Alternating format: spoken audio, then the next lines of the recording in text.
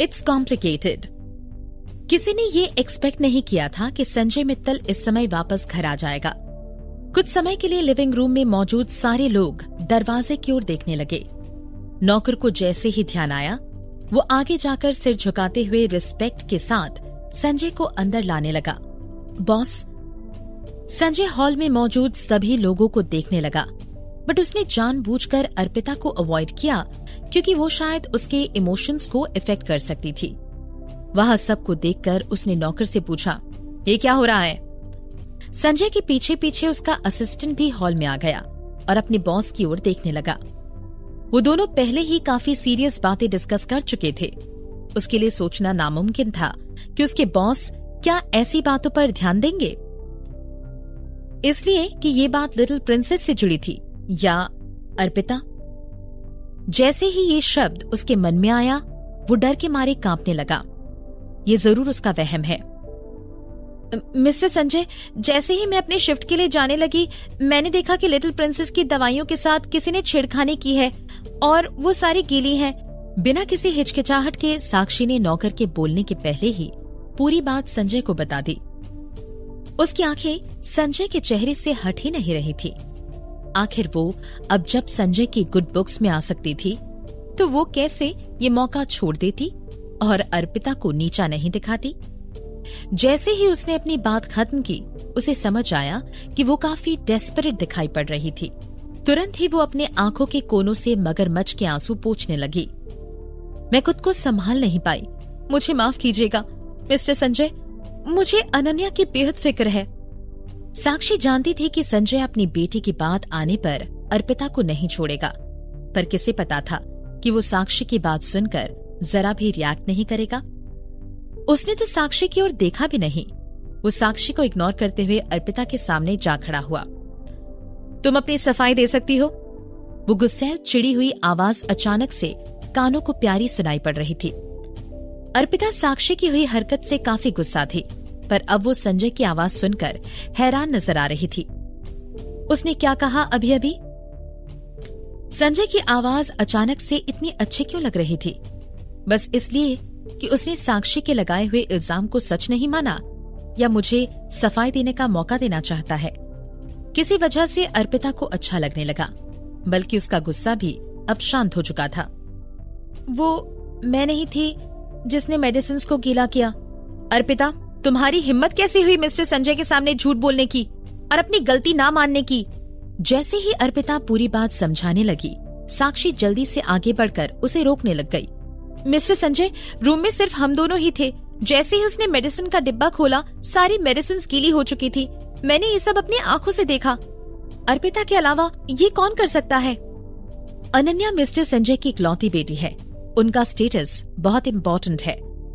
अनन्या के रूम में कोई सीसीटीवी नहीं था, इस वजह से कौन सच कह रहा था और कौन झूठ, ये पता नहीं लग पा रहा था। साक्षी अर्पिता पर इल्जाम लगाए जा रही थी। मिस्टर संजय, ये तो कुछ नहीं। Shut up! संजय ने गुस्से में साक्षी को चिल्लाते हुए कहा। अर्पिता, सुना तुमने? मिस्टर संजय चाहते हैं कि तुम चुप रहो। अपनी बात को आधे में ही कहते हुए साक्षी चौंक गई।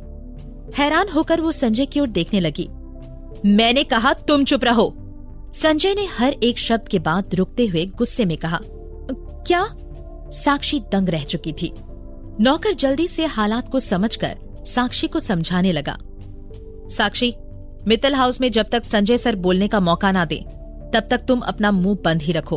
अगर ऐसा अगली बार हुआ तो मैं तुम्हें यहाँ से जाने के लिए कह दूंगा।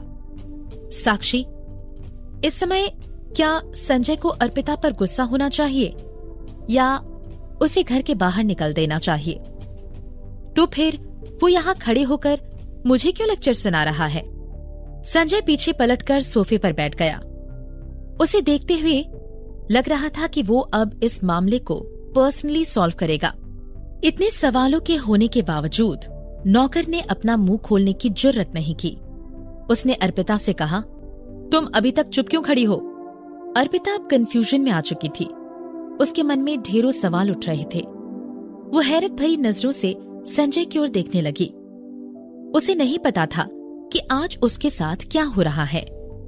ये सड़ू आज उसे अच्छा भी लगने लगा था स्पेशली जब उसने साक्षी का मुंह बंद करवाया। ऐसा अर्पिता के लिए आज तक किसी ने नहीं किया था। मैंने मेडिसिन को गीला नहीं किया। मैंने अपनी आंखों से देखा, साक्षी मेडिसिन के बॉक्स में पानी डाल रही थी। अर्पिता ने गहरी सांस लेते हुए पूरी बात संजय के सामने कह डाली। अर्पिता का चेहरा गुस्से से लाल हो गया था। तब उसे पता चला कि साक्षी उसकी अच्छाई का फायदा उठा रही थी, और तो और उसे उस छोटी बच्ची की भी कोई फिक्र नहीं थी, और ये सब सिर्फ उसे उस जॉब से निकलवाने के लिए। मिस्टर संजय, वो मैं नहीं थी, ये झूठ बोल रही है। साक्षी अर्पिता की बात सुनकर नर्वस होने लगी। जैसे ही वो कुछ बोलने लगी, उसे नौकर की बात याद आ गई और वो चुप रह गई। साक्षी को अब आगे कुछ सूझ नहीं रहा था कि अब वो आगे क्या करे। साक्षी को लगने लगा कि संजय अर्पिता की बातों को सच मान लेगा और उसे मित्तल हाउस से निकाल देगा। सबूत? संजय ने पूछा। संजय की गहरी आंखें देखकर ये कह पाना बड़ा मुश्किल था कि वो किसका विश्वास कर रहा था। अर्पिता उसका ये सवाल सुनकर दंग रह गई। उसने ये नहीं कहा कि वो उसकी बात का विश्वास करता है, पर साथ ही साथ उसने ये भी नहीं कहा कि वो उसे दोषी मानता है, जैसे कि नौकर ने शुरुआत में माना था। वो उसे उसकी बेगुनाही साबित करने का एक मौका दे रहा था। लेकिन अर्पिता मित्तल हाउस के हर कोने में सीसीटीवी कैमरा देखकर अचरज में पड़ गई। अगर वो ठीक तरह से सोच पा रही थी तो उसे ये ख्याल आया कि अगर मित्तल अपनी बेटी के इतना प्यार करता है तो इस तरह पूरे घर में सीसीटीवी कैमरा लगाने का क्या मतलब है? क्या वो अपनी बेटी को किसी मुजरिम की नजर से देखता है? मगर बिना उन सीसीटीवी के अर्पिता के पास कोई सबूत भी नहीं था, क्योंकि अनन्या के बेडरूम में सिर्फ वो और साक्षी ही थी। अर्पिता कुछ सोचने लगी और अचानक से उसकी आंखें चमक उठी। मेरे पास मेरी बेगुनाही का कोई सबूत नहीं है, पर सबूत तो साक्षी के पास भी नहीं है। उसके पास ऐसा कोई पुख्ता सबूत नहीं है जो ये साबित करता है कि अनन्या की मेडिसिन मैंने गीली की हैं। तो वो भी गुनहगार ही हुई। जैसे कि वहाँ सिर्फ वो दोनों ही मौजूद थी, गुनहगार कोई भी हो सकता था। अगर साक्षी उस पर इल्जाम लगा सकती थी तो वो भी साक्षी के साथ वही खेल खेल सकती थी। संजय अर्पिता की ओर इम्प्रेस होकर देखने लगा। अर्पिता का प्रेजेंस ऑफ माइंड संजय को काफी पसंद आया। इस बात का पता होते हुए कि अर्पिता वापस उसके इमोशंस के साथ खेल खेल रही है, उसने खुद की नजर उसके मासूम चेहरे से हटाई। उसी समय उसके लाल पतले होंठ कुछ कहने के लिए खुलने लगे। अगर कोई प्रॉब्लम शिफ्ट खत्म होने के पहले हुई है तो तुम्हें क्या लगता है उसका जिम्मेदार कौन होगा, या उसकी जिम्मेदारी कौन लेगा? अर्पिता संजय की बात सुनकर हक्की बक्की रह गई। उसे तुरंत समझ में आ गया कि संजय क्या कहना चाह रहा है। टेक्निकली देखा जाए तो साक्षी के आने के पहले उसकी शिफ्ट थी। भले ही कोई भी प्रॉब्लम हुई हो और उसके बारे में कोई सबूत ना मिले कि कौन उस प्रॉब्लम का जिम्मेदार था, वो भी इस बात के लिए दोषी ठहराई जा सकती थी। मैं तुमसे फिर पूछता हूँ, क्या तुम्हारे पास अपनी बेगुनाही साबित करने का कोई सबूत है? संजय का ये रूड बिहेवियर उसके सीरियस चेहरे को मैच कर रहा था, बिल्कुल उसी तरह जब वो साक्षी से पहली बार मिला था। सिर्फ अर्पिता ही संजय की बात सुनकर हैरान नहीं थी, बल्कि उसका असिस्टेंट भी, जो 24 घंटे उसके साथ रहता था, दंग था। उसे लग रहा था कि उसके बॉस अर्पिता के फेवर में बोलेंगे, लेकिन हालातों को देखते हुए ऐसा लग रहा था कि कुछ तो गलत है। संजय सोफा से उठा और खड़ा हो गया। अपनी जेब में हाथ डाले अपनी गहरी आंखों से अर्पिता को देखने लगा। यही कुछ बातें उसके चेहरे को शैतानी बना देती।